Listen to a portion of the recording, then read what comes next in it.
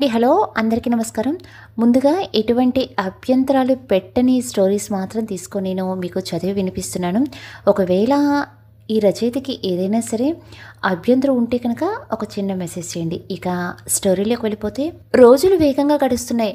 Office, walking, బుజ్జి సహచర్యం, ఆరోగ్యవంతమైన అలవాట్లతో తన దిగులును మరిచిపోతూ రాబోయే కొత్త అతిథి కోసం ఎదురు చూస్తూ కాలానికి ఎదురు నడుస్తుంది హారిక.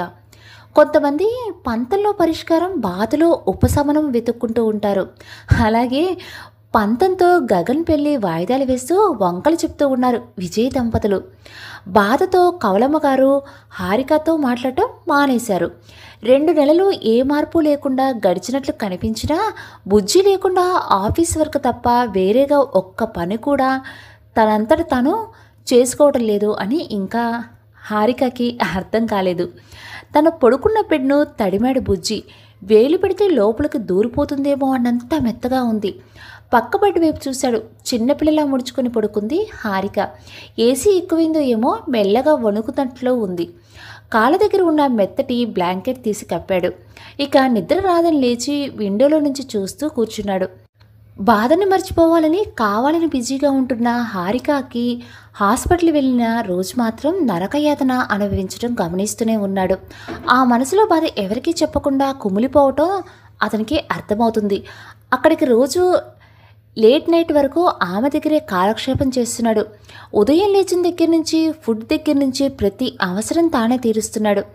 ఆమె ప్రెగ్నెంట్ అవటంలో ఆమె పాత్ర ఎంత ఉందో తెలియకపోయినా, ఆ పిండాన్ని వదిలించుకోవాలని చూడకుండా ఒక అబద్ధంతోనైనా సరే తల్లి కావడంలో ఆమె పడుతున్న ఆరాటాన్ని తను ఫిదా అయిపోతున్నాడు. ఆమె జీవితం అబాస్పాలు అయినా సరే ఆ చిన్ని ప్రాణాన్ని ఈ భూమి మీదకు తీసుకురావటానికి ఆమె పడే తపన అతన్ని కదిలించి వేస్తుంది. తనకు తెలిసిన చాలామంది పెళ్ళైన వాళ్ళు కూడా అబార్షన్ అంటే ఏదో చిన్న చీమని నలిపినట్లుగా ఆ ప్రాణాన్ని చిదిమివేయటం తనకు తెలుసు. అలాంటిది హారిక తను అపనిందల పాలవుతుందని తెలిసే ఆ బిడ్డను కనాలనుకోవటం కొంచెం విచిత్రంగానే ఉంది. ఆమెలోని ఆ మాతృత్వానికే అతను కట్టుబడిపోయాడు. ఆమె వంక చూశాడు. నిద్రలో ఆమె చిరునవ్వు పాల సముద్రాన్ని గుర్తుకు చేస్తుంది. తను టెన్షన్ ఫ్రీ ఉండాలంటే కొన్ని రోజులు ఎక్కడికైనా వెళ్ళరండి అని తాతయ్య అంటే, కొంత తర్జన భర్జనల తర్వాత ఎక్కువ దూరం వద్దని అరకులోయ టూర్ ఫిక్స్ చేశారు ఇద్దరు కలిసి. అప్పటి వరకు హారిక మారుతి జెన్ మాత్రమే చూసిన తను గ్యారేజ్ నుండి ఈ కార్వెన్ డ్రైవర్ బయటకు తీయగానే ఆశ్చర్యపోయాడు. బయటకు చూడటానికి స్కూల్ బస్ అంతే ఉంది, కానీ లోపల అడుగుపెట్టగానే ఒక చక్కని ఇంట్లోకి అడుగుపెట్టిన అనుభూతి. అందరూ కలిసి టూరు వెళ్ళవచ్చని తీసుకున్నాం, కానీ ఎప్పుడూ వెళ్ళలేదు అంది హారిక కార్వెన్ ఎక్కగానే. డ్రైవర్ నైపుణ్యమో రోడ్డు మహత్యమో కానీ కార్వెన్ మెత్తగా వెళ్తుంది. విండోలో నుంచి కనపడుతున్న చుక్కలు, చంద్రుడు కారుతో పాటు వలస వెళ్తున్నట్టు కూలీలా పరిగెడుతున్నాయి. ఉదయం టిఫిన్ టైంకి అరకు చేరుకుంటావు, ఫోన్లో టైం చూసుకుంటూ అనుకున్నాడు. ఇప్పుడు వరకు వస్తున్నానని అమ్మకు తెలిస్తే ఇక్కడ వరకు వచ్చి నాకు కనపడకుండా వెళ్ళిపోయావా అంటుందేమో అనుకుంటూ, నిజమే అమ్మ అందరిలో నన్ను చూడటానికి రాలేదురా అనదు. నాకు కనపడకుండా వెళ్ళిపోయావా బుజ్జి అంటుంది. అదే అందరి అమ్మలకు నా తల్లికి తేడా. తృప్తిగా తల్లిని తలుచుకుంటూ పడుకున్నాడు. ఉదయం 9 గంటలైనా సూర్యుడు మెత్తని దుప్పటి కప్పుకొని చలికి బయటికి రాని మారం పెడుతున్నాడు. నీ కిరణాలతో కొత్త అందాలు వెలిగించాలి రారామన్నట్లుగా మబ్బులు సూర్యకిరణాలను పట్టుకొని లాగుతున్నట్లుగా కొంచెం కొంచెం వెలుగు బయటికి కనిపిస్తుంది.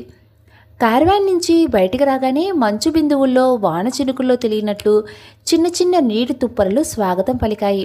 చేతులు 2 చలికి బిగించినట్లు కిందకు దిగి చుట్టూ చూడగానే కనపడిన అద్భుతమైన దృశ్యంతో నిద్రమత్తు మొత్తం ఎగిరిపోగా కళ్ళు విప్పార్చుకొని చూస్తూ ఉండిపోయింది హారిక. సిటీలోని 5 స్టార్ హోటల్ని తీసుకుని వచ్చి ప్రకృతి మధ్యలో దించినట్లు ఒక పక్కన మౌంటైన్ వ్యూ రిసార్ట్, చుట్టూరా పల్చటి దేవతా వస్త్రంతో కప్పబడినట్లు మసగగా ప్రకృతి మంచు తెరల మధ్యలో కనువిందు చేస్తుంది. బుజ్జి మారులేస్ అంటూ సూర్యుడి వైపు తిరిగి 2 చేతులు చాచింది. ఆమె వైపు నవ్వుతూ చూసిన బుజ్జి సుడిగాలి ఈడ్చుకొట్టినట్టు వెనక్కి తూలాడు. దానికి కారణమైన శాలిటీ మాత్రం, రే మామా నువ్వేంట్రా ఇక్కడ, హైదరాబాద్ నుంచి ఎప్పుడొచ్చావు, అసలు వస్తున్నట్టు ఫోన్లో కూడా చెప్పలేదు అంటూ బుజ్జి 2 భుజాల మీద చేతులు వేసి వెనక్కి నెట్టి పైనుంచి కిందకి పరిశీలనగా చూస్తూ, ఒరేయ్! ఎంత మారిపోయావురా! ఈ బట్టలేంటి? ఈ హెయిర్ స్టైల్ ఏంటి? ఇంత పెద్ద కారేంటి? ఎంత మంచి జాబ్ కొట్టేశావురా! మాకులా బ్యాక్‌లాగ్‌లు లేవనే మాటే కానీ యావరేజ్ స్టూడెంట్‌వే కదరా నువ్వు కూడా అంటూ ఇంకా లోడా మాట్లాడుతూనే ఉన్న అతని నోరు మూసి, అరే సుబ్బిగా ముయ్యరా ఇక చాలు కానీ నువ్విక్కడేంటి అన్నాడు బుజ్జి. అందరూ నీకులా మంచి జాబ్స్ కొట్టేస్తారా? నాకేమో బ్యాక్లాగ్స్ గజనీ మహమ్మద్ దండయాత్రలో ఎన్నిసార్లు రాసినా అవటలేదు. అందుకే ఆశ వదిలేసుకొని ఈ రిసార్ట్లో పర్చేజ్ మేనేజర్ పోస్ట్, మళ్ళీ ఇది కూడా రికమెండేషన్ రోయ్, ఉందంటే వచ్చేసాను. జాబ్ బాగుందిరా మామ, హాయిగా మా బాబు గోల్ లేకుండా ఉంది అన్నాడు నవ్వుతూ. పోనీలేరా, ఎలాగోలా సెటిల్ అయితే చాలే అంటూ నవ్వి, తర్వాత ఫోన్ చేస్తాలేరా, వెళ్దామా హారిక అంటూ ఆమె వైపు తిరిగాడు. హారిక వైపు చూడగానే నోరు తెరిచాడు సుబ్బు అనబడే సుబ్రహ్మణ్యం. పాలమీగడ పసుపు కలిపి రంగరించిన రంగుతో కోనేట్లోని తామర రేకులు విచ్చిపోయి ఆమె కళ్ళ స్థానంలో చేరాయి అన్నట్లు, చిన్నప్పటి నుంచి తేనె మాత్రమే తాగి పెరిగిందా అని అనిపించేటట్లు పెదవులు, పాలరాతి శిల్పంలా ఉన్న ఆమెను చూస్తూ, రే బుజ్జి, సినిమా ఫీల్డ్లో చేరావా? కొత్త హీరోయినా? కలలో అడిగినట్లే అడిగాడు సుబ్రహ్మణ్యం. చెవిలో గుసగుసలాడుతున్న సుబ్బుతో, నీ నసి ఇంకా పోలేదురా పాపో, పొద్దున్నే బుజ్జుగాన్ని విసిగించుకో, ఆవిడ మేడం గారు అని డ్రైవర్తో లగేజ్ లోపల పెట్టు అంటూ రిసార్ట్లోనికి నడిచాడు. ఈ రిసార్ట్లోకి దిగుతున్నారు అంటే సౌండ్ పార్టీలానే ఉంది, అయినా ఎంప్లాయీస్ని కూడా ఇంత రిసార్ట్లో ఉంచుతారా అని నుదుటి మీద కొట్టుకుంటూ బండి స్టార్ట్ చేశాడు సుబ్బు. హారిక, ఈరోజు రెస్ట్ తీసుకో, రేపు సైట్ చూడటానికి వెళ్దాం అన్నాడు బుజ్జి. జర్నీ అంతా ఏమీ అలసిపోలేదులే, బయట నేచర్ చూస్తుంటే ఆకబుద్ధి కావట్లేదు, మంచి ప్లేస్ చెప్పావు, థ్యాంక్ యూ బుజ్జి అని సంతోషంగా అంది హారిక. చిన్నగా బయటికి కనపడుతున్న చిరుపొట్ట కనిపించకుండా అంబ్రెల్లా టైప్ లాగ్ ఫ్రాక్తో చలి తట్టుకోవటానికి అన్నట్లు దాని మీద డెనిమ్ జాకెట్, ఓపెన్ హెయిర్. బుజ్జి నేను రెడీ అంటున్న ఆమె వైపు చూశాడు. తిరునాళ్ళలో తినడానికి రెడీ అయిన చిన్నపిల్లల చాలా రోజుల తర్వాత ఆమె కళ్ళల్లో సంబరం. హారిక, టాబ్లెట్స్ వేసుకోవా అంటూ ఆమె హ్యాండ్ బ్యాగ్ తీసి టాబ్లెట్స్ తీసి వాటర్ బాటిల్తో పాటు అందించాడు. ఆమె హ్యాండ్ బ్యాగ్లో నుండి మనీ తీసి డ్రైవర్కి ఇచ్చి, నువ్వు కూడా ఏటైనా తిరిగిరా, మేము లోకల్లోనే వెహికల్ తీసుకొని అలా బయటికి వెళ్తామని బయటికి నడిచింది. అటు ఇటు చూస్తూ, బుజ్జి ఎక్కడికి వెళ్దాం అంది. ఇది ఒక్కరోజులో అయ్యే ట్రిప్ కాదు హారిక, ఉంటాం కదా, కాఫీ తోటలు, sightseeing, waterfalls, Borra caves, ఈ ప్లేసులకి ప్రసిద్ధమైన వలస, పూల అందాలు, వెదర్ని ఎంజాయ్ చేయటం, రిసార్ట్స్లో నైట్ ఫైర్ క్యాంపు, గిరిజనులు దిన్సా డ్యాన్స్, అబ్బో చాలా ఉన్నాయిలే అన్నాడు బుజ్జి. అయితే ఈరోజు వాటర్ ఫాల్స్ దగ్గరికి వెళ్ళి వద్దాం, నైట్ రిసార్ట్స్ దగ్గర ఫైర్ క్యాంప్ ప్లస్ డ్యాన్స్ ఉందన్నావు కదా అంది ఉత్సాహంగా హారిక. వావ్, కళ్ళ ముందు కనిపించిన దృశ్యాన్ని చూసి ఆమె కళ్ళలో నుంచి సంతోషం జలపాతాలతో పోటీపడి దూకుతూ అనిపిస్తూ ఉంది. ఆ అందాలన్నీ చూసి చూసి అలసిపోయిన మనసుతో, తృప్తితో నిండిన మైకంతో బుజ్జి చేతికి తన చేతిని పెనవేసి తన భుజం మీద తలపెట్టుకొని అలౌకిక ఆనందంతో అలా కూర్చుండిపోయింది హారిక. తపస్సులో ఉన్నట్టు ఆమెని కదిలించకుండా తను కూడా అలాగే కూర్చున్నాడు అతను. హలో గురు, తలంచుకొని తింటున్న డ్రైవర్ ఇక్కడ తనని పిలిచేది ఎవరా అన్నట్లు తలెత్తి చూశాడు. గుర్తుపడినట్లు చూశాడు. నేనెవరో నీకు తెలియదులే, మీరు దిగిన రిసార్ట్లో జాబ్ చేస్తాను, ఉదయమే చూశాను నిన్ను, హైదరాబాద్ నుంచి వచ్చారు కార్వాన్ వేసుకొని, వచ్చే పార్టీలు తక్కువలే అందుకనే అడుగుతున్నాను, ఏ బిజినెస్ చేస్తారు మీ మేడం గారు అన్నాడు. శ్వేత ల్యాబొరేటరీస్ ప్రైవేట్ లిమిటెడ్ అండి, హైదరాబాద్లో. అంటే మెడిసిన్ తయారు చేసే కంపెనీ. ఇంకా హైదరాబాద్ మొత్తం గ్రూప్ ఆఫ్ మెడికల్ షాప్స్ కూడా ఉన్నాయి మా మేడం గారు వాళ్ళకి, గర్వంగా అన్న డ్రైవర్. అవునా, అంత పెద్ద కంపెనీ ఉందా ఆవిడకి అంటూ ఆశ్చర్యంగా, మరి ఆవిడతో వచ్చినతను ఏం జాబ్ చేస్తారు అన్నాడు సుబ్బు. జాబ్ చేసేవాళ్ళు ఆవిడతో కలిసి కార్వాన్లో ఎలా వస్తారు సార్, ఆయన ఆవిడ హస్బెండ్, మా చిన్నబాబు గారు అన్నాడు నవ్వుతూ. వాట్, డ్రైవర్ చూపుతో తను మరీ ఎక్కువ ఆశ్చర్యపోతున్నారని గమనించి సర్దుకుని, అవునా, ఎన్నాళ్ళైంది పెళ్ళయ్యి అన్నాడు మళ్ళీ సుబ్బు. ఒక్క క్షణం అనుమానంగా చూసి, నీకెందుకు బాబు అని తింటూనే, 2 నిమిషాల తర్వాత అవన్నీ పెద్దవాళ్ళ వ్యవహారాలే సారు. 3 నెలల క్రితం అయ్యిందిలే లవ్ మ్యారేజ్ అన్నాడు డ్రైవర్. ఓహో, ఊరికే అడిగలే. కార్వెన్ బాగుంటే ఎంత సౌండ్ పార్టీనో తెలుసుకుందామని అడిగాను అంతే. తినుగురు తిను వస్తాను అంటూ బయటికి నడిచి బండికి అనుకొని నిలబడ్డాడు. నెత్తి కొట్టుకుంటూ 3 నెలల క్రితమే కదా బుజ్జిగాడి వెళ్ళింది. ఇంతలోనే ప్రేమ పెళ్ళి ఎప్పుడైంది? పెళ్ళి 3 నెలలు అంటున్నాడు కదా, అంటే ముందే ప్రేమించుకున్నారా? అసలు పెళ్లి చేసుకుంటాడని జాబ్ వంక చెప్పి హైదరాబాద్ వెళ్ళాడా? అయినా అంతకుముందు అసలు వాడు హైదరాబాద్ వెళ్ళలేదు కదా, ఆ అమ్మాయి ఎలా తెలుసు? చాలా కన్ఫ్యూజ్గా ఉంది. ఒరే సుబ్బుగా, ఇలాంటి విచిత్రాలని నీ కర్మకి నీ కళ్ళే పడతాయింట్రా. ఇప్పుడు ఏం చేయాలి? ఈ పజిల్ ఎలా సాల్వ్ చేయాలి? బుజ్జిగాడిని అడిగితే చెప్పలేడు, జాబ్ చేస్తున్నాడని అబద్ధం చెప్పేశాడు కదా అంటూ గొనుక్కుంటూ బయటికి నడిచాడు సుబ్బు. చివరికి బొర్రా కేవ్స్ చూద్దామని నిర్ణయించుకొని వాళ్ళు వెళ్ళిన చోటు నుండి తిరిగి వస్తున్నారు. వారం రోజులు కళ్ళు మూసి తెరిచేటప్పటికి అయిపోయింది అనిపించింది. సుబ్బు మాత్రం మళ్ళీ కనపడలేదు. ఏమయ్యాడో? అంత తేలిగ్గా వదిలే రకం కాదు అనుకున్నాడు బుజ్జి. కానీ బుజ్జి అబద్ధం చెప్పాడని తెలిసి మళ్ళీ కలవలేదు అనుకోలేదు. ఇంకో 2 రోజులు ఉండి వెళ్ళిపోదాం అనుకుంటూ ఆ రోజు బొర్రా కేవ్స్కి వెళ్ళారు. ప్రకృతి తలుచుకుంటే మానవుని ఉలికన్నా అందమైన శిల్పాలను చెక్కుతుందని, మానవుడు కుంచికన్నా అందమైన చిత్రాలను చిత్రీకరిస్తుందని అనిపిస్తుంది బొర్రా కేవ్స్ని చూస్తుంటే. నిరంతరమైన నీటి ప్రవాహాల్లో చెక్కబడిన వివిధ రూపాల్లో ఉన్న శివపార్వతి, తల్లి బిడ్డ, ఋషిగడ్డం, మానవ మెదడు, మొసలి, పులి, ఆవు వంటి గుహల లోపల వింత వింత ఆకారాలు విడ్డూరాన్ని కలిగిస్తున్నాయి. ఎప్పుడూ చూడని ఆ చీకటి వెలుగుల్లో సోయగాన్ని మైమరిచిపోయి చూస్తుంది హారిక. దగ్గరగా 3-4 గంటల ఆ గుహల్లోనే గడిపి బయటికి వచ్చారు ఇద్దరు. తిరిగి అలసిపోయి భుజం మీద వాలిపోయిన ఆమెను అలాగే పట్టుకుని మెల్లగా నడిపిస్తున్నాడు అతను చూడు భార్యని ఎంత అపురూపంగా పట్టుకున్నాడో అని భర్తను దెప్పి పొడుస్తూ గొంతుడు వినిపిస్తుంది. నవ్వుతూ అతని నడుము చుట్టూ చేయి వేసి ఇంకా దగ్గరగా జరిగింది హారిక. బుజ్జి జేబులో ఫోన్ మోగడంతో ఆమెను వదిలి ఫోన్ లిఫ్ట్ చేశాడు. కొంచెం అవతలగా జరిగి మాట్లాడుతున్న అతని మాటలు గాలిలో తేలుతూ హారిక చెవిలో పడుతున్నాయి. అమ్మా, ఏం చేస్తున్నారు? అందరూ బాగున్నారా? అలాంటిదేం లేదమ్మా. నీకు చెప్పకుండా ఈ బుజ్జిగాడు ఎందుకు చేస్తాడమ్మా? ఎవరు? సుబ్బుగాడా? నిజంగా జాబేనమ్మా. అమ్మా, 1 వారంలో వస్తాను, ప్లీజ్. వచ్చినప్పుడు వివరంగా చెప్తాను. ఈ బుజ్జిగాడిని నమ్మమ్మా. మాట్లాడుతూనే పక్కకు నడిచాడు. హారిక పక్కనే ఉండి గడ్డిపూలను ఒంగోని నోటితో ఊదుతూ సరదాగా చూస్తుంది. 10 నిమిషాల తర్వాత ఫోన్ పెట్టేసి వచ్చాడు బుజ్జి. అతని కళ్ళలోకి సూటిగా చూసింది. కల్మషం లేకుండా నిశ్చలంగా ఉన్న అతని చూపు చూసిన ఆమె మనసు విచిత్రంగా స్పందించింది. అతని ముంజేతి చుట్టూ తన చేయి బిగించి అతని భుజంపై తల వాల్చి దూరంగా భూమిని అంటుతున్న ఆకాశాన్ని చూస్తూ ప్రశాంతంగా నడవసాగింది హారిక. ఇక్కడిక్కడే, పక్క ఆపు అంటూ బుజ్జి మాటలు విని విండోల నుంచి బయటకు చూసింది హారిక. ఇల్లేమీ బయటికి కనపడలేదు, కానీ లైన్గా పచ్చగా కనపడుతున్న క్రోటన్ లాంటి మొక్కలు మాత్రం కనపడుతున్నాయి.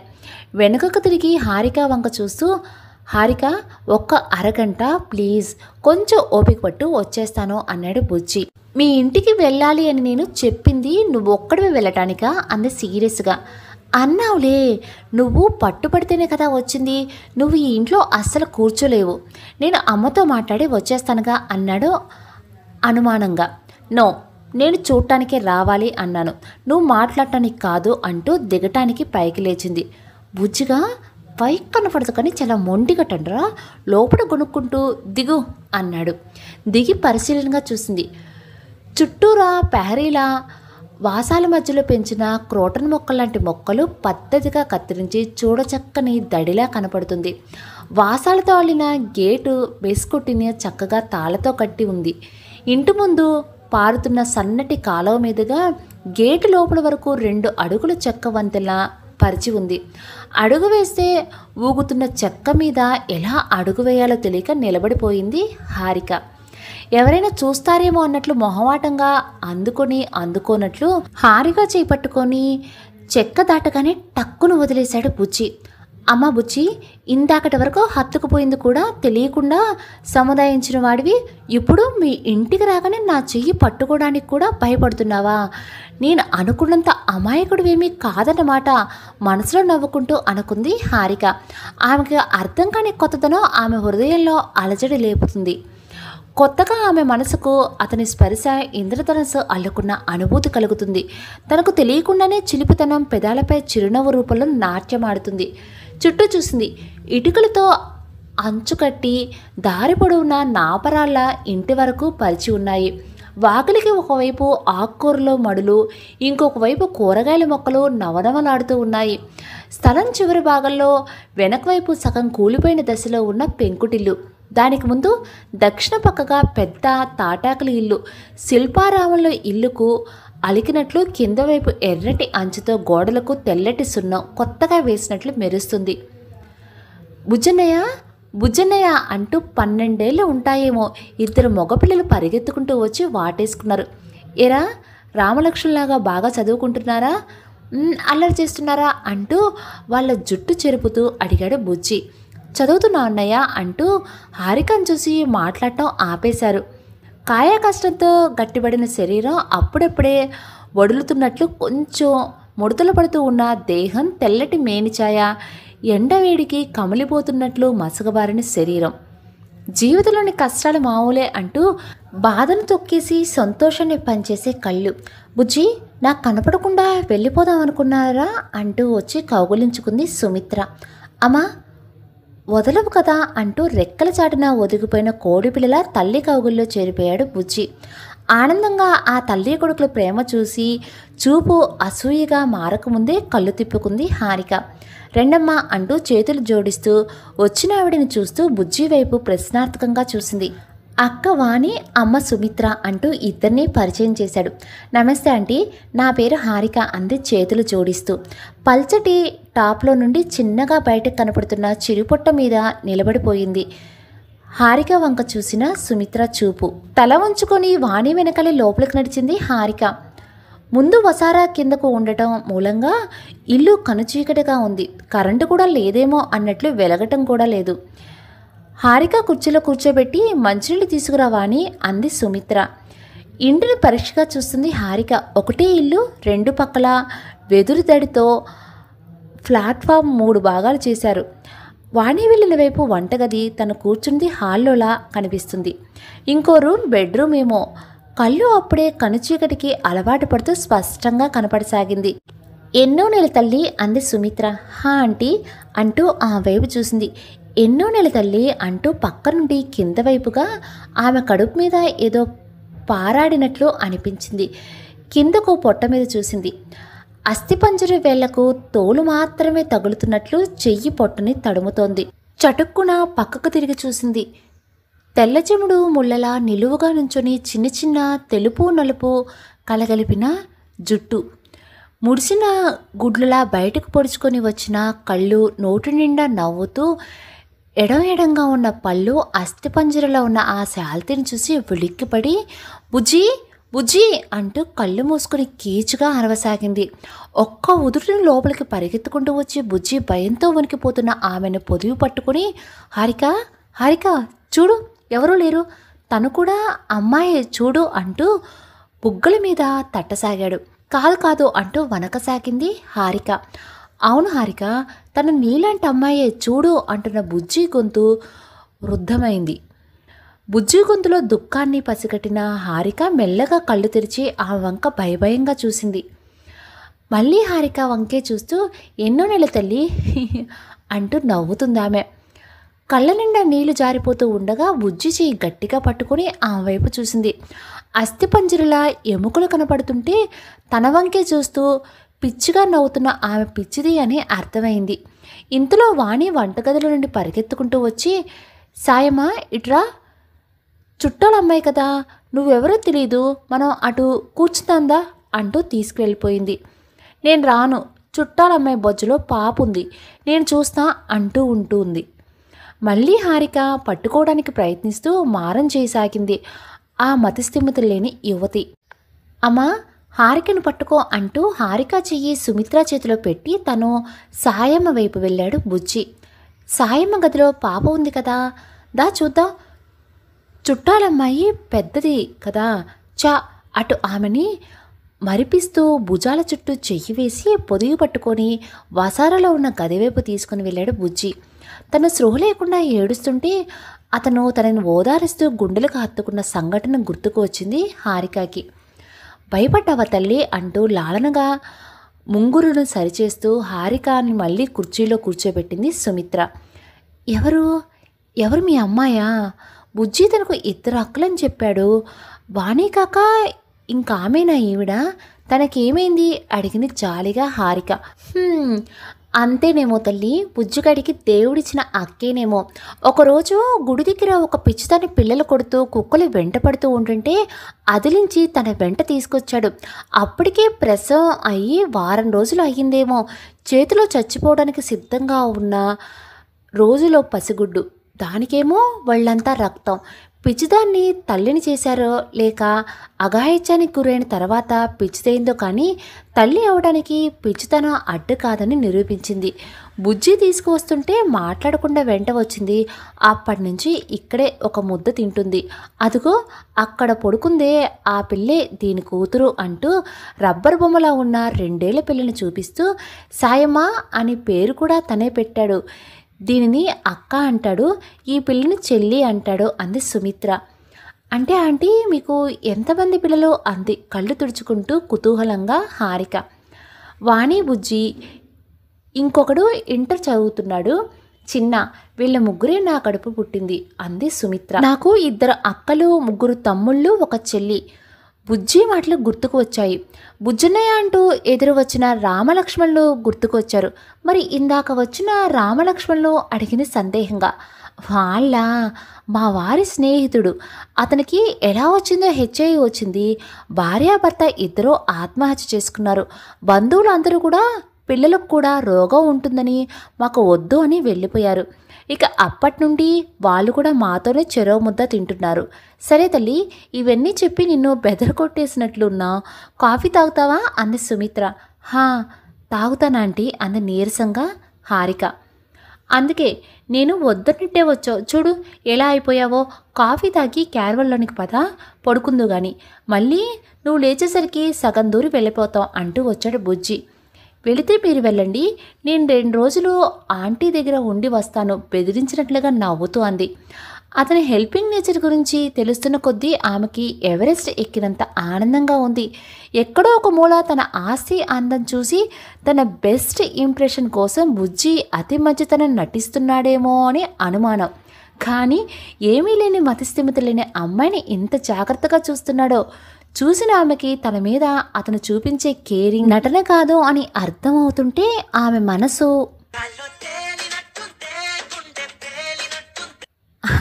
అని గంతులు వేస్తుంది.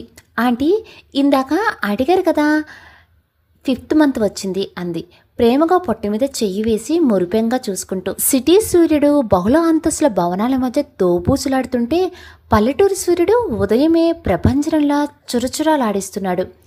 హారిక ఉదయం లేచేసరికి ఇల్లంతా పండగ వాతావరణం కనపడుతుంది. పసుపచ్చని తాటాకు చూరులకు ఆకుపచ్చని మామిడి తోరణాలు వయ్యారంగా ఉయ్యాలలూగుతున్నాయి.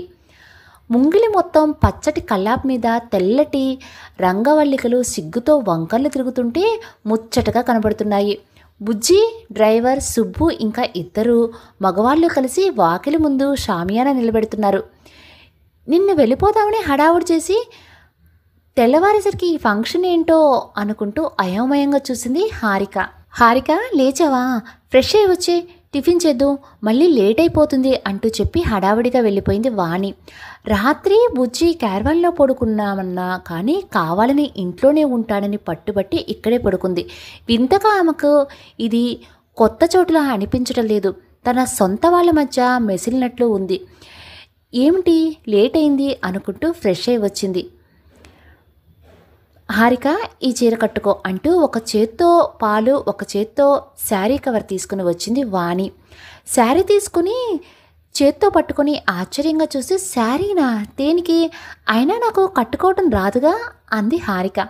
ఓహో, ఈ సిటీ పిల్లలతో ఇదొకటి ఉంది కదా, అయితే నువ్వు టిఫిన్ చేయి, నేనే వచ్చి జడవేసి చీర కడతాను అని బ్లౌజ్ తీసి విడిగా పెట్టి వెళ్ళిపోయింది వాణి. హారిక టిఫిన్ అయ్యేసరికి వచ్చేసింది వాణి. ఎన్నడూ మెలికలు తిరగని జుట్టును పాయలు తీసి మెలికలు తిప్పుతూ జడల్లేసింది. Mirror work red colour georgette sari, plain blouse, జడ కిందుగా జోడించిన ఎర్రటి కనకాంబరాలు అలంకరిస్తుంటే ఆమె చేతుల్లోని ఆత్మీయతకు కాదు అనాలి అనిపించడం లేదు హారికకి. 9 గంటలకల్లా హారికాని రెడీ చేసి చెయ్యి పట్టుకుని వరండాలోకి తీసుకువచ్చింది. అప్పటికే షామియాలోని కుర్చీల నిండా ఆడవాళ్ళు కూర్చొని ఉన్నారు. వరండాలో ఉన్న మహారాజా కుర్చీలో ఏం జరిగేదో అర్థం కానట్లుగా చూస్తున్న హారికను కూర్చోబెట్టింది. ముందు టీపాయ్ నిండా గాజులు, ప్లేట్లో కుంకుమ, గంధం, అక్షింతలు, గాజులు అన్ని రాసులుగా పోసి ఉన్నాయి.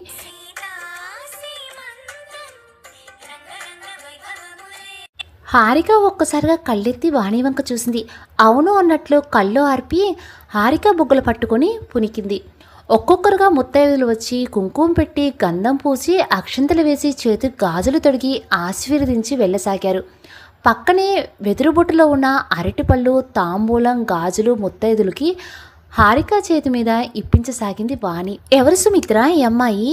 మీ బంధువుల్లా లేదే, కొంపదీసి మాకు చెప్పకుండా కొడుకు పెళ్లి చేసావా ఏంటి? వేళాకోళం ఆడింది వరసైన ఆవిడ. నీకు చెప్పకుండా కొడుకు పెళ్లి చేస్తే ఊరుకుంటావు వదినా? నన్ను ఊరంతా ఆరడు పెట్టవు.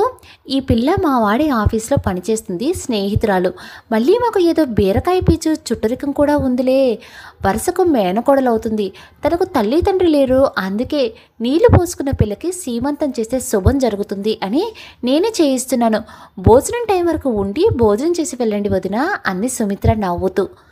బుజ్జి, నువ్వు కూడా వేయొచ్చు, మీ ఫ్రెండ్కి అక్షింతలు రా అని కేక వేసింది వాణి. వచ్చి గులాబీ రేకులు కలిపిన అక్షింతలు చేతిలోకి తీసుకుని అక్షింతలు వేస్తూ హారిక వంక చూశాడు. శుభాశీసులు అందించే ముత్తైదు ఆశీర్వచనాలు అక్షింతలై రామయ్య సౌభాగ్యం సీతమ్మ నుదుట సింధూరమై అతివ అందం చిరుగెడ్డాన శ్రీగంధమై మంగళమగు చిరుగలగలలు ముంజేతి మట్టిగాజులే పడతి ఐదోతనం పసుపు పారానే నిలువెత్తు స్వర్ణసీత హారిక రూపమై. అతని కళ్ళు రెప్పపడలేదు. ఎన్నడూ మనసుని కదిలించని ఆమె లావణ్యం అతని కళ్ళని జిగేల్మనిపించింది. ఆమెను తనివితీరా చూస్తున్న అతని చూపు చిరుగాలికి కదల్లాడిన పైట వెనుకగా అప్పుడప్పుడే ఉబ్బరిస్తున్నట్లు కనపడుతున్న నడుముపై పడగానే మనసు చెల్లున కొరడా తగినట్లు ఉలిక్కిపడి తలదించుకున్నాడు. దేవతలు కురిపించే పూల వర్షలా అక్షంతల మీద పడుతుంటే అరిచేయి దోశలు పట్టి చూసుకుంది హారిక. గౌరీ పూజ చేయని తన చేతులు సీమంతపు తాంబూలం పంచుతుంటే ఏ అనుభూతి పొందాలో కూడా అర్థం కాలేదు ఆమెకి. వాణి హారతి ఇచ్చి లేపుతుంటే మితిమీరిన సంతోషం దుఃఖంలా మారి ఆమెని కుదిపేసింది. గాలిలో వ్యాపించిన పరిమళం తన ప్రభావం ఉన్నంతసేపు పరిమళించినట్లు సాయంత్రమైన ఉదయం జరిగిన వేడుక మర్చిపోలేకుండా ఉంది హారిక. మధ్యాహ్నం అందరూ వెళ్ళిపోయిన తర్వాత సుమిత్ర దగ్గర ఆశీర్వాదం తీసుకున్నప్పుడు ఆమె దగ్గర తీసుకొని ఏ పరిస్థితుల్లోని బుజ్జి మీ ఇంట్లో అడుగున్నాడో రాత్రి చెప్పాడమ్మా. నువ్వు జీవితంలో నష్టపోయింది చాలా ఎక్కువే, కానీ దేవుడు రాసిన రాతకు తల వంచి మనం కొత్త జీవితాన్ని నిర్మించుకోవాలి. ధైర్యంగా ఉండు తల్లి, అంతా మంచి జరుగుతుంది అన్న సుమిత్ర మాటలు గుర్తుకు వచ్చాయి. ఆమెకెందుకో చాలా ధైర్యంగా అనిపించింది. ఏమీ లేని ఇంట్లో ముగ్గురు కాదు 4 అనాథలు పోషిస్తున్నాడు కూడా. అంత మనోనిబ్బరంగా ఉన్న సుమిత్రని చూస్తుంటే ఆశ్చర్యంగా ఉంది. అప్పుడే టీ తీసుకోండి హారిక అంటూ లోపలికి వచ్చింది వాణి.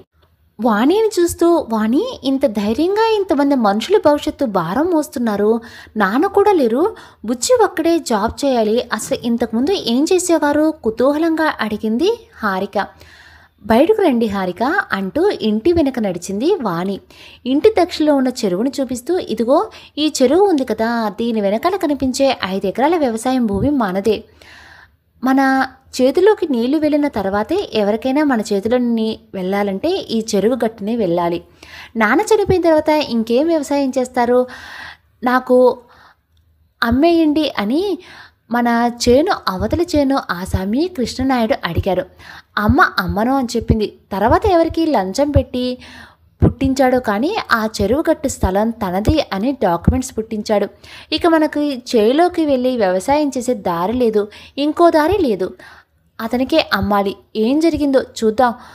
అమ్మొద్దు అని అమ్మ తమ్ముడు పట్టుపట్టారు. అంతే, ఇక వ్యవసాయం కూడా ఆగిపోయింది. ఇంతకుముందు ఉన్న ఇల్లు కూడా కూలిపోతే ఇక ఈ ఇంట్లో గడుపుతున్నాము అంది విచారంగా. హారిక ఉదయం 11 గంటలు. నడినెత్తి మీదకి ఎక్కుతున్న సూర్యుడు ఇంటి నీడను విస్తరించకుండా అడ్డుపడుతున్నాడు. హారిక ఎప్పుడు బయలుదేరదాం అంటుందేమో అన్నట్లు ఉదయం లేచిన దగ్గర నుంచి ఎదురు చూస్తున్నాడు బుజ్జి. ఆ ఊసే లేనట్లు సాయమ్మ కూతురు చిన్న పాపతో ఆడుకుంటున్న హారిక వైపు విచిత్రంగా చూస్తూ వాకిట్లో కుర్చీలో కూర్చున్నాడు. ఏరా మామా అంటూ వచ్చిన సుబ్బుతో, ఏరా నిన్న హడావుల్లో అడగలేదు, అరకు నుంచి ఎప్పుడొచ్చావు, లీవ్లో వచ్చావా అన్నాడు బుజ్జి. ఏకంగా లీవే ఇచ్చేశారు, ఆన్లైన్ పర్చేసింగ్ అంట, నా పోస్ట్ హుష్ కాకి అన్నాడు నీరసంగా సుబ్బు. హాయ్ సుబ్బు అంటూ పక్క చైర్లో సెటిల్ అయిపోయింది హారిక. మేడం అంటూ నుంచున్నాడు. నువ్వు బుజ్జి ఫ్రెండ్ అయితే నాకు కూడా ఫ్రెండే, కాల్ మీ జస్ట్ హారిక అంది నవ్వుతూ. హాయ్ బాయ్ లాంటి ఐఫై ఫ్రెండ్స్తో మాత్రమే తెలిసిన ఆమెకి ఈ పల్లెటూరి కల్మషం లేని స్నేహం సరదాగా ఉంది. సుమిత్రమ్మ గారి ఇల్లు ఇదేనా? చేతిలో పేపర్లు చూసుకుంటూ గేటు దగ్గర నుంచి అడిగాడో వ్యక్తి. అవును రండి అంటూ ప్రశ్నార్థకంగా చూశాడు బుజ్జి. నేను ఎంఆర్ఓ ఆఫీస్ నుండి వచ్చానండి, ఈ ఇన్ఫర్మేషన్ సుమిత్ర గారికి ఇవ్వమని మా సార్ పంపారు అన్నాడు చేతిలో ఉన్న పేపర్స్ బుజ్జి వైపు చూస్తూ. ఏంటివి ఆశ్చర్యంగా అడిగాడు. తన తల్లికి ఎంఆర్ఓ ఆఫీస్ నుండి ప్రత్యేకంగా పంపించిన పేపర్స్ ఏంటా అనుకుంటూ చేతిలోని పేపర్స్ చూస్తూ, గవర్నమెంట్ స్థలాలైన పోరంబోకు భూముల్ని లిస్ట్ ఇది, ఇందులో మీ చెరువుగట్టు గవర్నమెంట్ స్థలమేనని మెన్షన్ చేసి ఉంది. ఇది ఎవరు ప్రైవేటు భూమి కాదు, మీరు చేనుకి వెళ్ళి దారిని అడ్డగిస్తున్నట్టు కదా, ఎవరు అడ్డగిస్తున్నారో వారి మీద మీరు కేసు ఫైల్ చేయొచ్చు. ఒకసారి వారికి ఈ డాక్యుమెంట్ చూపించి కేసు వేస్తామని చెప్పండి. వాళ్ళు ఇంకా ఒప్పుకోకపోతే ఎంఆర్ఓ గారికి కంప్లైంట్ ఇవ్వండి, వాళ్ళకి చెప్పవలసిన రీతిలో చెప్తారు. అంతవరకు రాదులేండి, ఇప్పటికే వార్నింగ్ వెళ్ళిపోయి ఉంటుంది, ఇక మిమ్మల్ని ఇబ్బంది పెట్టరు అంటూ ఆ డాక్యుమెంట్స్ ఫోటో కాఫీ బుజ్జి చేతికి ఇచ్చి వెళ్ళిపోయాడు. సుమిత్ర గడపలో నుంచుని ఆశ్చర్యంగా చూసింది. అతను వెళ్ళగానే గేటు ముందు ఆగిన కారులో నుండి కృష్ణన్నాయుడు దిగి సరాసరి వచ్చి వరండాలో కుర్చీలో కూర్చుని గడపలో ఉన్న సుమిత్ర వంక చూస్తూ, ఏంటి సుమిత్ర, నీకు పొలం అమ్మటం ఇష్టం లేకపోతే నాతో మాట్లాడితే సరిపోయేది కదా, దీనికోసం పెద్దవాళ్ళ వరకు వెళ్ళాలా అంటూ హారిక వైపు చూసి తల వంచుకొని, సరే అయిపోయిందేదో అయిపోయింది, నా చెల్లెల్లాంటి దానివి, నీకు ఏ అవసరం వచ్చినా నాకు కాకితో కబురంపు చాలు, చేంజ్ చేసుకోవడానికి అన్ని ఏర్పాట్లు నేను చేసి పెడతాను, ఇక నీ చేత్తో కాస్త మజ్జిగ ఇస్తే తాగి వెళ్తాను అన్నాడు. అప్పటికే వాణి మజ్జిగ గ్లాస్తో వచ్చింది. మజ్జిగ తాగి వెళుతున్న కృష్ణనాయుడినే చూస్తూ, ఈ రోజులో న్యాయం కూడా కరెన్సీ నోట్లు వీచే గాలులతోనే ఊపిరి పీల్చుకుంటుంది అంటూ నవ్వాడు సుబ్బు. ఇక బయలుదేరదామా బుజ్జి, సుబ్బు నువ్వు కూడా రా, మా కంపెనీలో జాయిన్ అవుదు కానీ అంటూ లేచింది హారిక. హారిక నువ్వు ఇక్కడికి రావటం మా జీవితంలో పెద్ద సమస్యను తీర్చింది.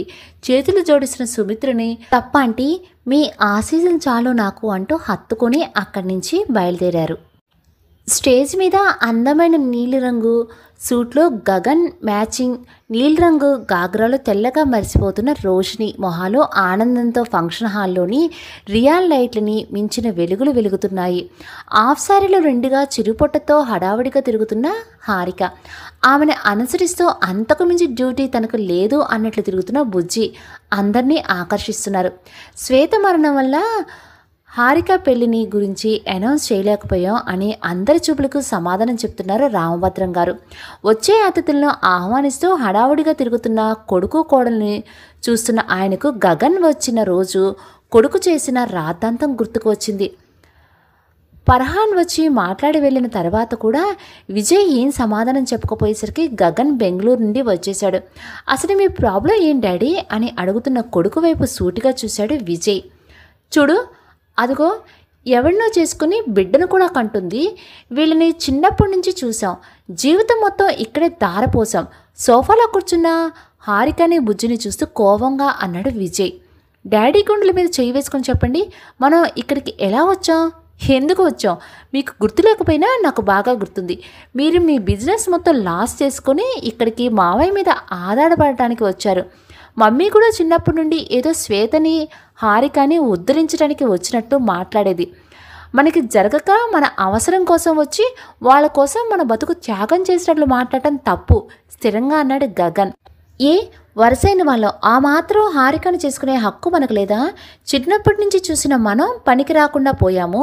నువ్వు కూడా చేసుకోవాలని అనుకున్నావు కదా, ఇప్పుడు చూడు మాట వరుస కూడా చెప్పకుండా పెళ్లి చేసుకుని వచ్చింది అని అంది శాంతి.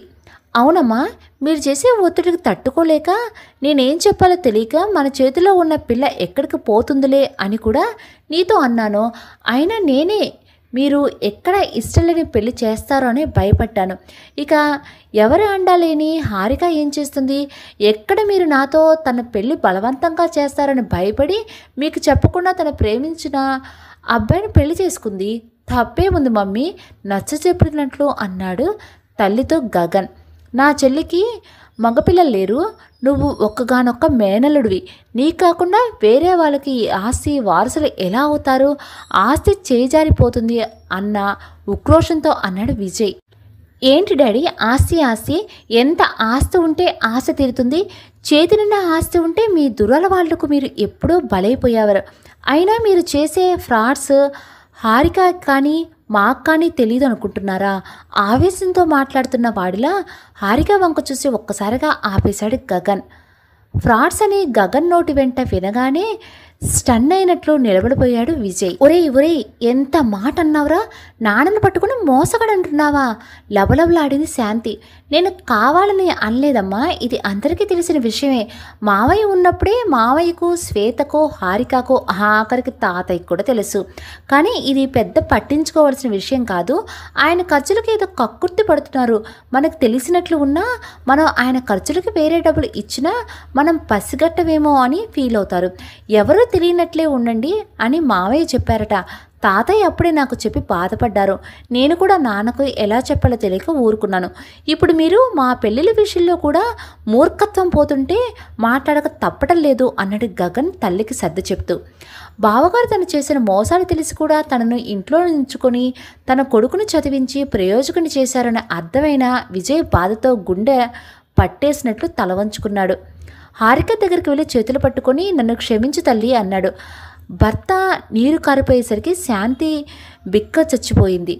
నేను మిమ్మల్ని చూసుకుంటానికి వచ్చాననుకుని నన్ను నేను మభ్యపెట్టుకుంటూ మిమ్మల్ని ఏమైనా బాధ పెడితే క్షమించు హారిక అంటూ తను కూడా హారిక దగ్గరికి వచ్చింది. పర్వాలేదత్త, మీరు ఆశపడటం తప్పులేదని తాతయ్య నాకు చెప్పిన తర్వాతే అర్థమైంది. గగన్ తన స్వశక్తి మీద నిలబడగలిగాడు అని నాకు ఇప్పుడే తెలిసింది. తను సొంతగా సాఫ్ట్వేర్ కంపెనీ స్టార్ట్ చేసినట్లు నేను చూస్తాను.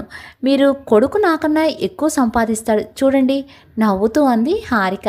తమను తప్పు చేశామని ఎదురు ఏమీ అనకుండా నవ్వుతూ వాతావరణాన్ని తేలిక చేస్తున్న హారిక సంస్కారానికి కళ్ళతో చూస్తూ దగ్గరికి తీసుకున్నాడు విజయ్ శాంతి. తాతయ్య అని పిలుస్తున్న హారికను చూస్తూ ఆలోచనల నుండి బయటకు వచ్చారు రామభద్రం గారు. అమ్మమ్మ రిసెప్షన్ కూడా రాలేదు, నాతో ఎటు తిరిగి మాట్లాడలేదు. కనీసం గగన్ పెళ్లి రిసెప్షన్కి రావచ్చు కదా బాధగా అంది హారిక.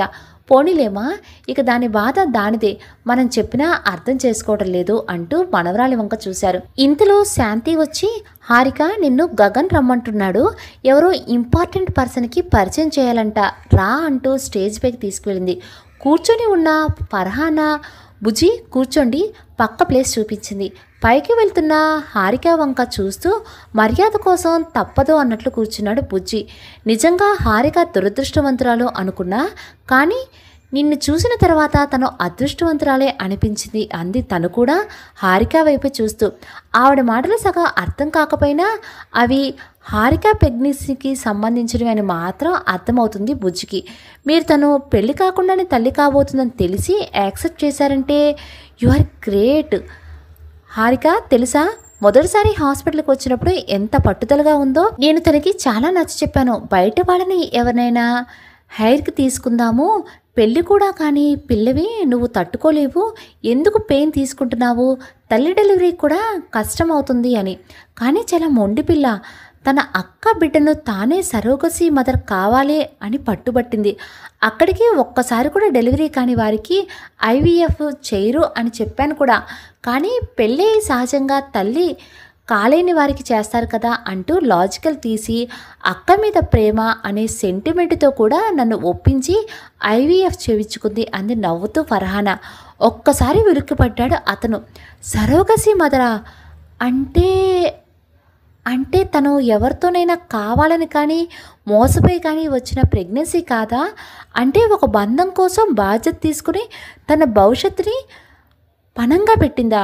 అతని తల తిరిగిపోతుంది. చచ్చిపోవాలని పరిగెత్తిన ఆమె పిరికితనం వెనుక అంత త్యాగం ఉందా? తన కన్యత్వాన్ని అమ్మతనంగా మార్చి తన ప్రాణప్రదమైన అక్కకు అరుదైన బహుమానం ఇవ్వాలనుకుందా అనే ఆలోచనని చెదరగొడుతూ ఫర్హానా గొంతు వినిపిస్తుంది. వాళ్ళ అక్క చనిపోగానే చాలా బతిమిలాడి చెప్పాను, నేను పెళ్లి కాని తల్లిలా నువ్వు సమాజంలో నిలబడతావు, ఇది అక్క బిడ్డ అని చెప్పినా ఎంతవరకు నమ్మరు కనుక అబార్షన్ చేయించుకొని. కానీ తనకు అబార్షన్ చేయించుకొని అక్క బిడ్డను చంపి నేను బతికి ఉండలేను, అంతకన్నా ఈ బిడ్డతో సహా చచ్చిపోతాను అని బాధపడింది. తను ఏమైపోతుందో అని చాలా బాధపడ్డా. కానీ అల్లా దయ వల్ల తనను ప్రేమించి నువ్వు తనని అర్థం చేసుకున్నావో అంది చేత్తో బుజ్జి భుజం మీద తడుతూ. ఆవిడ మాటలు వింటూ తల ఎత్తిన అతనికి స్థానువులా నిలబడ్డాడు. హారిక కనిపించింది. హారికను చూసి కూర్చో హారిక, మీ హబ్బీ చాలా హ్యాండ్సమ్ అంటూ నవ్వుతూ లేచి స్టేజ్ పైకి వెళ్ళింది ఫర్హానా. అలాగే నుంచుని ఉన్న ఆమెను జీవితంలోని మొట్టమొదటిసారిగా ఒక అపురూపమైన వస్తువుని పట్టుకుని కుర్చీలో కూర్చోబెట్టాడు అతను. చుట్టూ చూశాడు.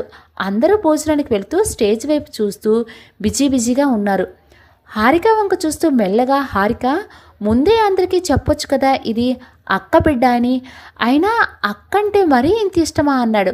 అతనికి ఆశ్చర్యంగా ఉంది. తన జీవితంపై మచ్చ వేసుకుని మరీ అక్క బిడ్డను కడుపులో దాచుకుంది అంటే అసలు అది మామూలు పనేనా?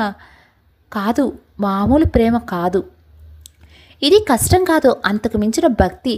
తల్లి ప్రేమ తెలియని నాకు తల్లి కంటే ఎక్కువగా ప్రేమను అందించిన అలాంటి అక్కకు ఏమిచ్చినా రుణం తీరదు అనుకునేదాన్ని. అక్క వాళ్ళు ఫారెన్ వెళ్ళిపోయిన తర్వాత పిల్లలు కావాలని ప్లాన్ చేసుకున్నా కూడా ప్రెగ్నెన్సీ రాకపోవడంతో అన్ని టెస్టులు చేయించుకున్నారు. అక్క బాడీ బిడ్డను క్యారీ చేసే పొజిషన్లో లేదు కనుక వీళ్ళ పాప ఐవీఎఫ్ ద్వారా సరోగసీ పద్ధతి కనవచ్చు అని చెప్పారు. ఎవరి ద్వారానూ తన బిడ్డను కనటం చాలా బాధగా ఉందని అక్క చాలా బాధపడింది. అయినా ఇండియాలో అయితే ఈ ప్రాసెస్ ఇంకా ఈజీ అని ఇక్కడికి వచ్చేశారు. డాక్టర్ ఫర్హానా వద్దకు వెళ్ళినప్పుడు నాకు విషయం మొత్తం తెలిసింది. నన్ను తల్లిలో లాలించిన అక్కకు తల్లిని చేసే అదృష్టం నా చేతుల మీదుగా ఇస్తే అక్క రుణం కొంతైనా తీరుతుంది అని అనిపించింది. నేను సరోగసీ మదర్గా ఉంటాను అంటే అక్క వాళ్ళు అస్సలు ఒప్పుకోలేదు. కానీ నేనే అసలు వినలేదు. ఇక్కడ ఐవీఎఫ్ అనగానే డెలివరీకి ఫారెన్ వెళ్ళిపోదాం, ఆ పాప నీకు పుట్టినట్లే చెప్దాం అని అక్కని చాలా గొడవ చేసి ఒప్పించాను. మేము అనుకున్నట్లే ఐవీఎఫ్ సక్సెస్ అయింది. నేను ప్రెగ్నెంట్ అనే విషయం డాక్టర్ గారికి మా ముగ్గురికి మాత్రమే తెలుసు. నన్ను ఫర్హానా గారు జాగ్రత్తగా చూసుకునేవారు. ఇక ఇంకో 10 రోజుల్లో మేము వెళ్ళిపోతాం అనగా అక్క బావ కొన్ని టెంపుల్స్ చూసి వస్తామని వెళ్ళారు. అక్కడ జరిగిన పెద్ద యాక్సిడెంట్లో ఇద్దరు స్పాట్ డెడ్ అయ్యారు. నవ్వుతూ వెళ్ళిన ఇద్దరు డెడ్ బాడీల్లో తిరిగి వచ్చారు. అనుకోకుండా అక్క వాళ్ళు చనిపోవడంతో పెళ్ళికని గర్భిణీలా మిగిలిపోయాను.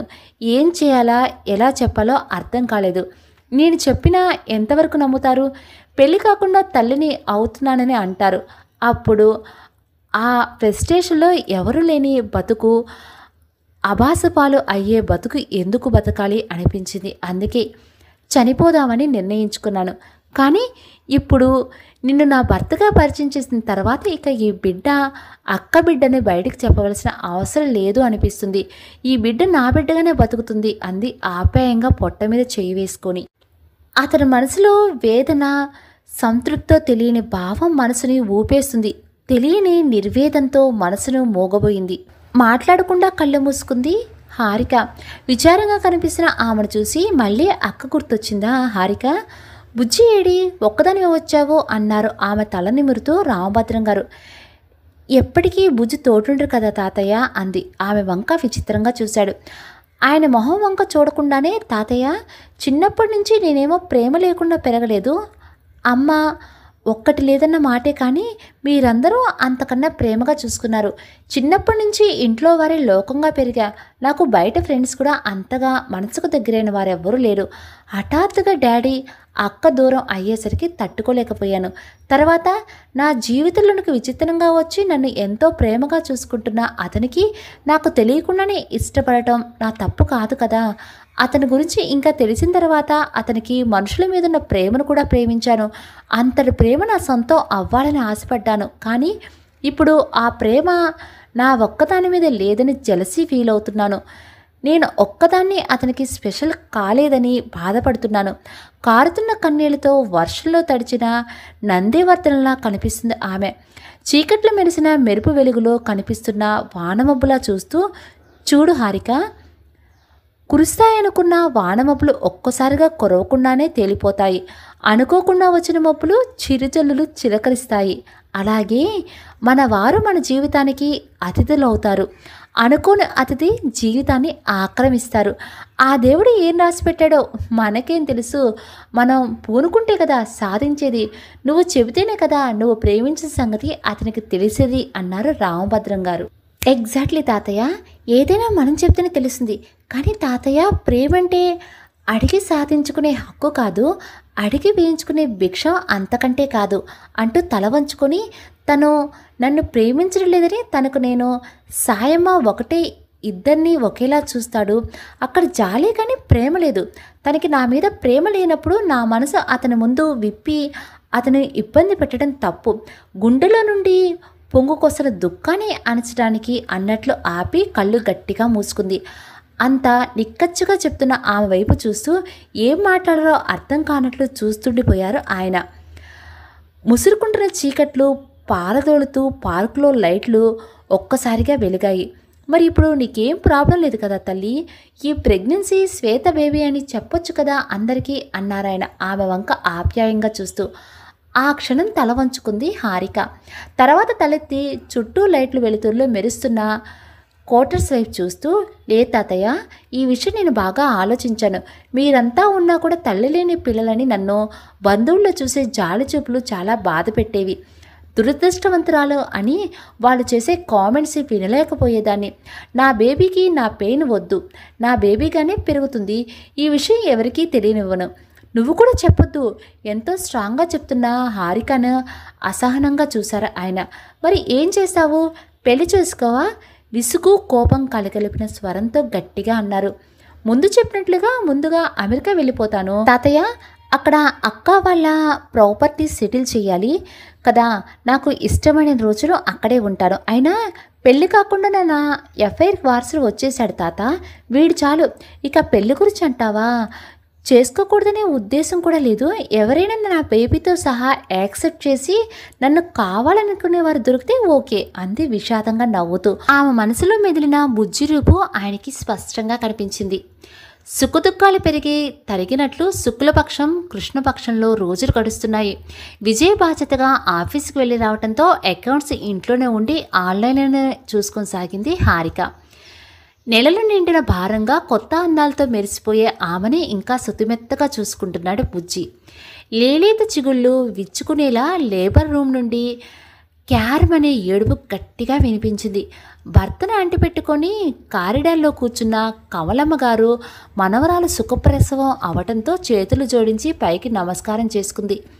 చివరి వరకు కోపంగానే ఉన్నా విరబూసిన తంగేడులా నిండుగా కనిపిస్తున్న డెలివరీ హాస్పిటల్లో అడ్మిట్ అవ్వడానికి వెళుతున్న మనవరాలను చూస్తే మౌనంగా ఉండలేకపోయింది. హాస్పిటల్కి వచ్చేసింది.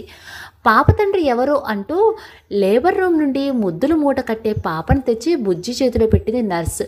పింక్ కలర్ గులాబీలా గుత్తులా సున్నితంగా ఉన్న పాప స్పర్శను ఆస్వాదిస్తూ బుజ్జి చేతి నుండి పాపను గబుక్కును తీసుకొని, మా శ్వేత బంగారు తల్లి మళ్ళీ వచ్చేసింది అంటోంది సంబరంగా కమలమ్మగారు. ఒక్క క్షణం మౌనంగా ఆవిడ్ని చూసి, హారిక ఎలా ఉంది నర్సుని అడిగాడు బుజ్జి. ఇంకో 3 hours ఇక్కడే అబ్జర్వేషన్లో ఉంచి రూమ్కి షిఫ్ట్ చేస్తాము. మీరు వెళ్ళి మీకు ఎలర్ట్ చేసిన రూమ్లో పాపను పడుకోబెట్టండి అంటూ వెళ్ళిపోయింది నర్సు. మామగారు హ్యాపీనా అంటూ వచ్చిన ఫర్హానా వైపు కృతజ్ఞతంగా చూసి చేతులు జోడించారు రామభద్రం గారు. పాపను రూమ్లోకి తీసుకువెళ్ళండి తాతగారు అంటూ బయటికి నడుస్తున్న బుజ్జి వంక చూస్తూ భార్యని తీసుకుని రూమ్కి నడిచారు రామభద్రం గారు. బుగ్గ మీద డింపుల్ అక్కని, గడ్డం మీద డింపుల్ బావని గుర్తు చేస్తున్న పాప వంక చూస్తూ ఆనందమో విషాదమో తెలియని ఉద్వేగంతో పెద్దగా ఏడ్చేసింది హారిక. ఆమె ఏడుపు విని గబగబా రూమ్లోనికి రాబోయిన బుజ్జి ఎదురుగా కనిపించిన దృశ్యం చూసి అలాగే నిలబడిపోయాడు. అమ్మమ్మ ఒడిలో తలదాచుకుని ఏడుస్తున్న ఆమెను చుట్టూ నిలబడి రామభద్రం గారు, విజయ్, శాంతి ఓదారుస్తున్నారు. తన వాళ్ళతో బాధను పంచుకోగలుగుతున్న ఆమెను చూసి మెల్లగా వెనక్కి తిరిగాడు. గుమ్మం వరకు వచ్చి అడుగుల శబ్దం అలాగే మళ్ళీ వెనక్కి వెళ్ళిపోవడంతో ఆమె దుఃఖం ఇంకా ఎక్కువయ్యింది. హాస్పిటల్ నుండి వచ్చేసరికి అమ్మమ్మ రూమ్లో పాప కోసం ఏర్పాట్లు చేసి ఆశ్చర్యపోయింది హారిక. కింద ఫ్రీగా ఉంటుంది కదా బంగారు, నువ్వు ఒక్కదానివే పాపను చూసుకోలేవి, అందుకే కొన్ని నెలలు నువ్వు నా రూమ్లోనే ఉందు గాని అంది కవలమ్మగారు. చాలా సంవత్సరాల తర్వాత చిన్న పాప సందడి ఇంట్లో వినపడుతుంది. ఆవిడ బాధ కోపం ఆవిరైపోయాయి. బయట హాల్లో కూర్చున్న బుజ్జిని చూస్తూ లోపలికి రా బుజ్జి అంటూ పిలిచాడు రామభద్రం గారు. పర్వాలేదు తాతయ్య అంటూ లోపలికి చూశాడు అతను. తలకు మఫ్లర్, నడుముకు బెల్టు, నైటీలో కొత్తగా కనపడుతుంది హారిక. హారిక చుట్టూ ఎప్పుడూ ఎవరో ఒకరు ఉండటం వల్ల తన అవసరం లేకుండా పోతుంది. పాప కుయ్యమనగానే కవలమ్మగారు పరిగెత్తుకుంటూ వస్తున్నారు. ఇన్ని నెలల నుండి లేని జంకు ఇప్పుడు హారిక దగ్గరికి వెళ్ళాలంటే కలుగుతుంది. ఇదివరకు అల్లరిగా బాధగా లేకుండా ఎప్పుడూ గంభీరంగా అనిపించడమే దానికి కారణమేమో. అతనికి తన బాధ్యత తీరిపోయినట్లుగా ఎప్పుడు ఆ పంజరం నుండి బయటపడతానో అన్నట్లు ఉంది. బుజ్జి గదిలోకి అడుగుపెట్టడం చూసి కవలమ్మగారు, రామభద్రం గారు బయటికి నడిచారు. హారిక, మరి బుజ్జిగాని ఎప్పుడు పంపిస్తావు అడిగారు బుజ్జి. ఆ కంటలో వినిపించిన జీర తన భ్రమేమో అనుకున్నట్టు అనుమానంగా చూసింది అతని వైపు. ఎందుకో చాలా కొత్తగా కనిపించాడేమో కళ్ళకి. ఇంకా ఎక్కువ రోజులేం కాదు బుజ్జి, పాపకు 3rd మంత్ వెళ్ళగానే వెళ్ళిపోతాను అంది కళ్ళు వాల్చుకుంటూ. ఒక్కసారిగా ఇద్దరి మధ్య ఎంతో దూరం అన్నట్లు అనిపించింది. మంగమ్మ పాప బోర్ల పడింది, బొబ్బట్లు చేయాలి, ఎక్కడున్నావో అంటూ హడావిడిగా వంటింట్లోకి వెళుతుంది కమలమ్మ. అందరూ సందడిగా పాప చుట్టూ చేరి చిటికలు వేస్తూ పిలవసాగారు. బుజ్జి, హారిక పిలుపుతో బాల్కనీ నుండి చూసిన అతను వెనక్కి తిరిగాడు. బుజ్జి ఇదిగో అంటూ చేతిలో కవర్ బుజ్జి చేతిలో పెట్టి, వచ్చే గురువారమే నా అమెరికా ప్రయాణం అంది అతని రియాక్షన్ కోసం పరీక్షగా చూస్తూ. ఓ వండర్ఫుల్, చిన్న పాప అప్పుడే అమెరికా చూస్తుందన్న మాట నవ్వుతూ అన్నాడు. ఆ మాటతో ఒక్కసారిగా చిన్నపోయిన మొహం అతనికి కనపడకుండా తను కూడా బయటకు చూస్తూ, ఆ కవర్ చూడు అంది. కవర్లో నుండి లెటర్ బయటకు తీశాడు. శ్వేత ల్యాబొరేటరీ ప్రైవేట్ లిమిటెడ్ కంపెనీలో మెకానికల్ చీఫ్ ఇంజనీర్కు అసిస్టెంట్ ఇంజనీర్గా అపాయింట్మెంట్ ఆర్డర్. తన పేరు ఉండవలసిన చోట ఖాళీని చూస్తూ, ఇదేంటి బుజ్జిగాడు ఇక్కడ అందరికీ ఎదురుగా ఉండకపోతే ఎలా? నీతో అమెరికా వచ్చినట్లు అందరికీ కలరింగ్ ఇవ్వడమో లేదా విడిపోవటమో అయితే క్లైమాక్స్ అదిరిపోతుంది కదా అన్నాడు నవ్వుతూ. ఆ క్షణంలో అతని వైపు ఆమె చూసినట్లయితే ఆ నవ్వులోని బాధను గుర్తించేదేమో. కానీ బయట చీకటినే చూస్తూ ఆమె అతని వైపు చూడలేదు. మనం కలిసిన రోజు నీకు జాబ్ ఇప్పిస్తానని మాట ఇచ్చాను. మన గురించి ఎవరూ మాట్లాడకుండా, నువ్వేమీ ఆన్సర్ చేయనవసరం లేకుండా నేను చూసుకుంటాను. నువ్వు ఈ జాబ్ చేసుకోవచ్చు. రేపు కంపెనీకి వెళ్దాం సరేనా అంటూ ఇంకో మాట్లాడాలో తెలియక కిందకు వెళ్ళిపోలేక అలాగే మౌనంగా నించుంది. సరే హారిక, గుడ్ నైట్ అంటూ తన గదిలోకి వెళ్ళిపోయాడు. అతను మళ్ళీ చూసి ఉంటే అర్ధరాత్రి వరకు అక్కడే నిలబడిపోయిన హారిక గురించి ఆలోచించేవాడేమో. ఇంత మొండితనం వచ్చిందేంటి నీకు? 4 నెలల పిల్లలతో ఒక్కదానివి అమెరికా వెళ్ళడం ఏంటి? కనీసం మీ ఆయన్ని కూడా తీసుకువెళ్లకుండా వెళుతున్నావు అంటున్నావు మొత్తుకుంటూ అంది కవలమ్మ. ఏం కాదమ్మమ్మ, అర్జెంటుగా వెళ్ళాలి. అక్క వాళ్ళు ప్రాపర్టీస్కి సంబంధించిన పని ఉంది, తర్వాత వచ్చేస్తాను. బుజ్జికి స్పోర్ట్స్ లేదు, అప్లై చేయడానికి కూడా లేట్ అవుతుంది కదా, అందుకే ఒక్కదాన్నే వెళుతున్నాను. అక్కడికి వెళ్ళగానే అక్క ఫ్రెండ్ రిసీవ్ చేసుకుంటుంది. అక్క వాళ్ళ ఇంట్లోనే ఉంటాను. పాపం చుట్టానికి ఒక మెయిడ్ని పెట్టుకుంటాను సరేనా? కవలమ్మ గారికి సర్ది చెప్పడానికి ట్రై చేస్తున్న హారిక వంకే చూస్తున్నారు రామభద్రం గారు. ఇంతకుముందు సంగం చూపు నుండి పారిపోవటానికి ప్రయత్నిస్తే ఇప్పుడు తన ప్రేమకు దూరం అవటానికి పారిపోవలసి వస్తుంది. ఆయనకు మనవరాలను చూస్తే జాలనిపిస్తుంది. కనీసం ఎయిర్‌పోర్ట్‌కి కూడా రావద్దంటున్నావు తల్లి అన్నారు. అవసరం లేదు తాతయ్య. అమెరికా ఒంటరిగా వెళ్ళేదాన్ని, ఎయిర్‌పోర్ట్‌కి వెళ్ళలేనా? అక్కడికి వెళ్ళిన తర్వాతైనా ఒంటరిదాన్నే కదా! ఇప్పటి నుంచే అలవాటు చేసుకునివ్వు అంది నవ్వుతూ. ఆ నవ్వులోని విషాదాన్ని గుర్తించవలసిన వాడు గుర్తించాడో లేడో తెలీదు. అమ్మమ్మ జాగ్రత్త, మర్చిపోయాను. మళ్ళీ నేను తిరిగి వచ్చే వరకు బుజ్జి వేరే ఉంటాళ్లే. నేను లేకుండా ఇంట్లో ఉండలేడట అంది. అందరి కళ్ళు బుజ్జి చేతిలోనే బ్యాగ్ వైపు ఆశ్చర్యంగా చూశాయి. హారిక ఎయిర్‌పోర్ట్‌కి నేను వస్తాను కదా! మళ్ళీ పాపని ఎత్తుకోవడం కష్టమవుతుంది నీకు అన్నాడు కారులోని కూర్చోగానే. మౌనంగా పాపను అతని చేతికి అందించింది. అప్పుడప్పుడే రింగులు తిరుగుతున్న జుట్టు, కొట్టొచ్చినట్టు కనపడే నల్లటి కళ్ళు, చెర్రీ పళ్ళలాంటి పెదాలు, చిన్ని చిన్ని లేత గుప్పిళ్ళు మూస్తూ, కాళ్ళు ఆడిస్తూ కబుర్లు చెప్తున్న, ఉంగులు కొడుతున్న పాపను చూడగానే గుండుకు హత్తుకోవాలన్న కోరికను అతి కష్టం మీద తొక్కిపట్టాడు. నిమిషాల మీద గమ్యం చేరుకున్నట్లు ఎయిర్‌పోర్ట్ వచ్చేసింది. బిజీగా తిరుగుతున్న మనుషులు చూసి కిందకు దిగారు. అప్పటి వరకు బిగపట్టిన మౌనం మాటగా మారటానికి తొందరపడుతుంది. బుజ్జి, ఇక నీ ఇష్టం. నిన్ను విడుదల చేసేసాను. నీ జాబ్ చేసుకుంటూ ఎక్కడైనా ఉండొచ్చు. పెదాలు నవ్వుతుంటే కళ్ళు మాత్రం నవ్వనని మొరాయించాయి.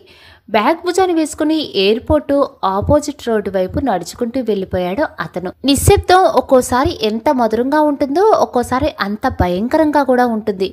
అమ్మా, వాణి, అమ్మా! ఇల్లంతా తిరిగి చూశాడు. ఎవ్వరూ కనపడలేదు.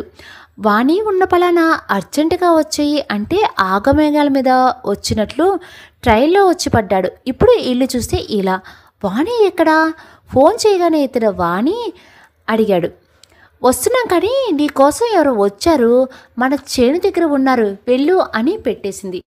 చేను దగ్గర ఎవడబ్బా బుజ్జిగడ కోసం వచ్చింది అనుకుంటూ చెరువు కట్ట వైపు నడిచాడు. బీడుపడిపోయిన చేను హారిక మనసుకు గుర్తుగా ఇప్పుడు ఆకుపచ్చగా వయ్యారాలిపోతూ ఊగుతుంది. రాత్రికి ఆహ్వానం పలకటానికి పగలు సాయంకాలం వేషం వేసుకుంటుంది. గాలికి చేలోని పైరు కన్నా వయ్యారంగా ఎగురుతున్న పవిటను చేతితో ఆపుతూ గంధం రంగు చీరలో గంధం బొమ్మన నిలబడిన ఆమె ఎవరు? హారిక. అవును, హారిక. బుజ్జిగాడు మొట్టమొదటిసారిగా చూడగానే జగదేక వీరుడో అతిలోక సుందరిలో శ్రీదేవికి బదులు ఈ అమ్మాయి ఉంటే ఇంకా బాగుండేది అనుకున్న హారిక. ఆమె స్వచ్ఛమైన మనసు తెలిసినప్పుడు తన మనసును జోకొట్టి మనకు అందుకునే అర్హత లేదురా బుజ్జిగా అని మనసు అట్టడుగు పొరల్లో దాచేసిన రూపు హారికది. దగ్గరగా వెళ్ళి హారిక ఆశ్చర్యంగా పిలిచాడు. అప్పటి వరకు వీచిన చిరుగాలి సుడిగాలిలా అతనిని చుట్టుకుపోయింది.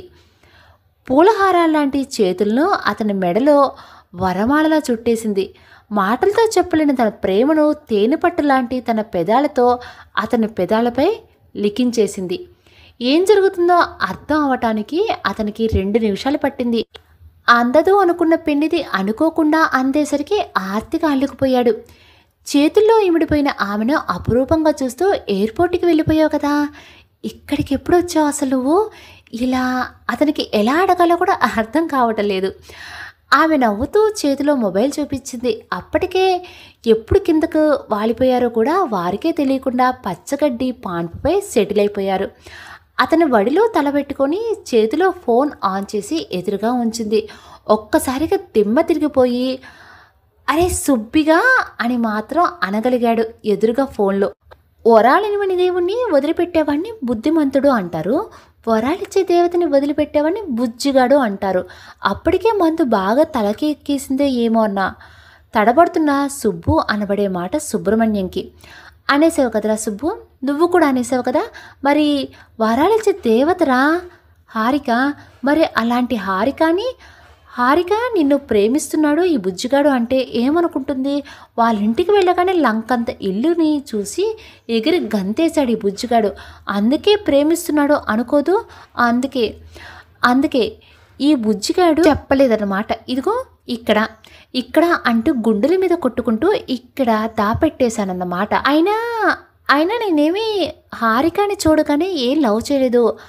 అంతా బిజినెస్ చేసే ఉమెన్ అయ్యుండి కూడా మనుషులంటే ఎంత ప్రేమో, దానికోసం ఎంత దూరం వెళుతుందో అర్థమైన తర్వాతే ఇదిగో ఈ గుండెల్లో దూసుకొచ్చేసిందిరా. చచా ముందు ఆ వీడియో ఆపు. తాగితే ఇంత అసహ్యంగా బిహేవ్ చేస్తాడా బుజ్జిగాడు? ఇబ్బందిగా హారిక వైపు చూస్తూ అన్నాడు. అతను మొహం చూసి పక్కున నవ్వి ఫోన్ ఆఫ్ చేసి పక్కన పడేస్తూ, చేస్తే చేసావులే, నే మనసు బయట పెట్టేశావుగా, అలా అని ఇక ముందు తాగితే ఊరుకుంటాననుకోకు అంటూ 2 చేతులతో అతని చెవులు పట్టుకుని ముందుకు గట్టిగా లాగింది. నొప్పితో నుదురు చిట్టించి, అబ్బా హారిక, ఇంత రాక్షసత్వం ఉందా నీలో అంటూ ఆపుకోలేక ఆ మీదకు వాలిపోయాడు. అతన్ని అలాగే 2 చేతులతో గట్టిగా హత్తుకుంటూ, నా కాంట్రాక్ట్ మొగుడు గారు, లవ్ యూ సో మచ్ అంది కళ్ళు గట్టిగా మూసుకొని. ప్రతిగా ఆమె బుగ్గ మీద సుతారంగా ముద్దు పెట్టాడు. ముద్దు పెడుతున్న అతను జుట్టు పట్టుకొని వెనక్కి తోసి చంప మీద లాగి ఒక్కటిచ్చింది. ఒక్కసారి తెల్లబోయి, రాక్షసి ఏమైంది అన్నాడు. ఎయిర్పోర్ట్కి వెళుతూ నా వెంట ఎవరు రావద్దు, ఇక ఒంటరి ప్రయాణం మొదలైంది అని నేను బాధపడ్డా కూడా, ఇంత ప్రేమ మనసులో దాచుకొని కూడా నన్ను ఆపలేదు. కరెక్ట్ టైంకి ఈ వీడియో సుబ్బు నాకు పంపకపోతే ఏమయ్యేది కోపంగా అంది. అసలు ఈ వీడియో వాడెందుకు తీశాడో చెప్తాను, వాడి పని అని కొనుక్కుంటూ, సారీ బంగారం, అతిలోక సుందరి నువ్వెక్కడా, ఆవారగాడు బుజ్జిగాడెక్కడా, అయినా నువ్వు వీని లవ్ చేసినట్లు తెలియదుగా అంటూ ఆమెని హత్తుకున్నాడు. ఆమెని అలాగే పట్టుకుని, మన ఈ కలయికు కారణమైన మన ప్రిన్సెస్ ఎక్కడా అని అడిగాడు. అదిగో దూరంగా మంచం దగ్గర మూన్ లైట్కి డిన్నర్కి ప్రిపేర్ చేస్తూ ఇంటిల్లి పాదిని చూపించింది. సుబ్బు చేతిలో యువరాణిలా పవలించి ఉంది లిటిల్ ప్రిన్సెస్. ఓహో, వీడు కూడా వచ్చాడా, అయిపోయారా బుజ్జిగాడికి చేతిలో అంటూ పైకి లేచి ఆమెకు చెయ్యి అందిస్తూ, మరి తమరు అమెరికా ప్రయాణం అడిగాడు. ఇక మన హనీమూన్ ట్రిప్కి పైకి లేచి కొంటిగా అతని ముక్కు పట్టుకొని ఊపుతూ అందామె. ఆకాశం వల్లంత చుక్కలా కళ్ళు చేసుకుని ఈ అరుదైన కుటుంబాన్ని చూస్తున్నట్లు తొంగి చూస్తుంది. సుమిత్ర చేతి గోరుముద్దలు తింటున్న హారిక చేతితో తాకుతూ ఆమె వంకే అబ్బరంగా చూస్తుంది సాయమ్మ. సుబ్బు చేతిలోని లిటిల్ ప్రిన్సెస్ ఆడిస్తూ సాయమ్మ కూతురు అందరికీ అరటి ఆకుల్లో భోజనం వడ్డించి తను తింటుంది వాణి. ఆంటీ, రేపు మా ఆయన పేరు గడప దగ్గర చెప్పాలంటే నేనేం చెప్పాలి? హఠాత్తుగా హారిక అడిగిన ప్రశ్నకి అందరూ ముందు తెల్లబోయి తర్వాత గొల్లు నవ్వేశారు. అనురాగ్ కొడుకు తలను ప్రేమతో నివృత్తి చెప్పింది సుమిత్ర. మా హారిక మదిమీటిన రాగం అనురాగ్ బిగ్గరగా నవ్వుతూ అన్నాడు సుబ్బు. వాళ్ళ నవ్వులు చల్లటి పైరుగాల్ని పరిమళంలా అందుకుని చెరువు మీదుగా ఊరు వైపుగా ముద్రంగా ప్రయాణించసాగాయి. హలో అండి, స్టోరీ కంప్లీట్ అయిపోయిందండి. స్టోరీ అంత బాగుంది కదా, మరి ఇంకెందుకు ఒక చిన్న లైక్ చేసేసి, ఇలా స్టోరీస్ వినేవాళ్ళు ఎవరైనా ఉంటే మన స్టోరీ ఛానల్ని ఫార్వర్డ్ చేయండి. మరో మంచి స్టోరీతో రేపు మార్నింగ్ మళ్ళీ మీ అందరినీ నేను కలుస్తాను. అప్పటి వరకు థ్యాంక్ యూ.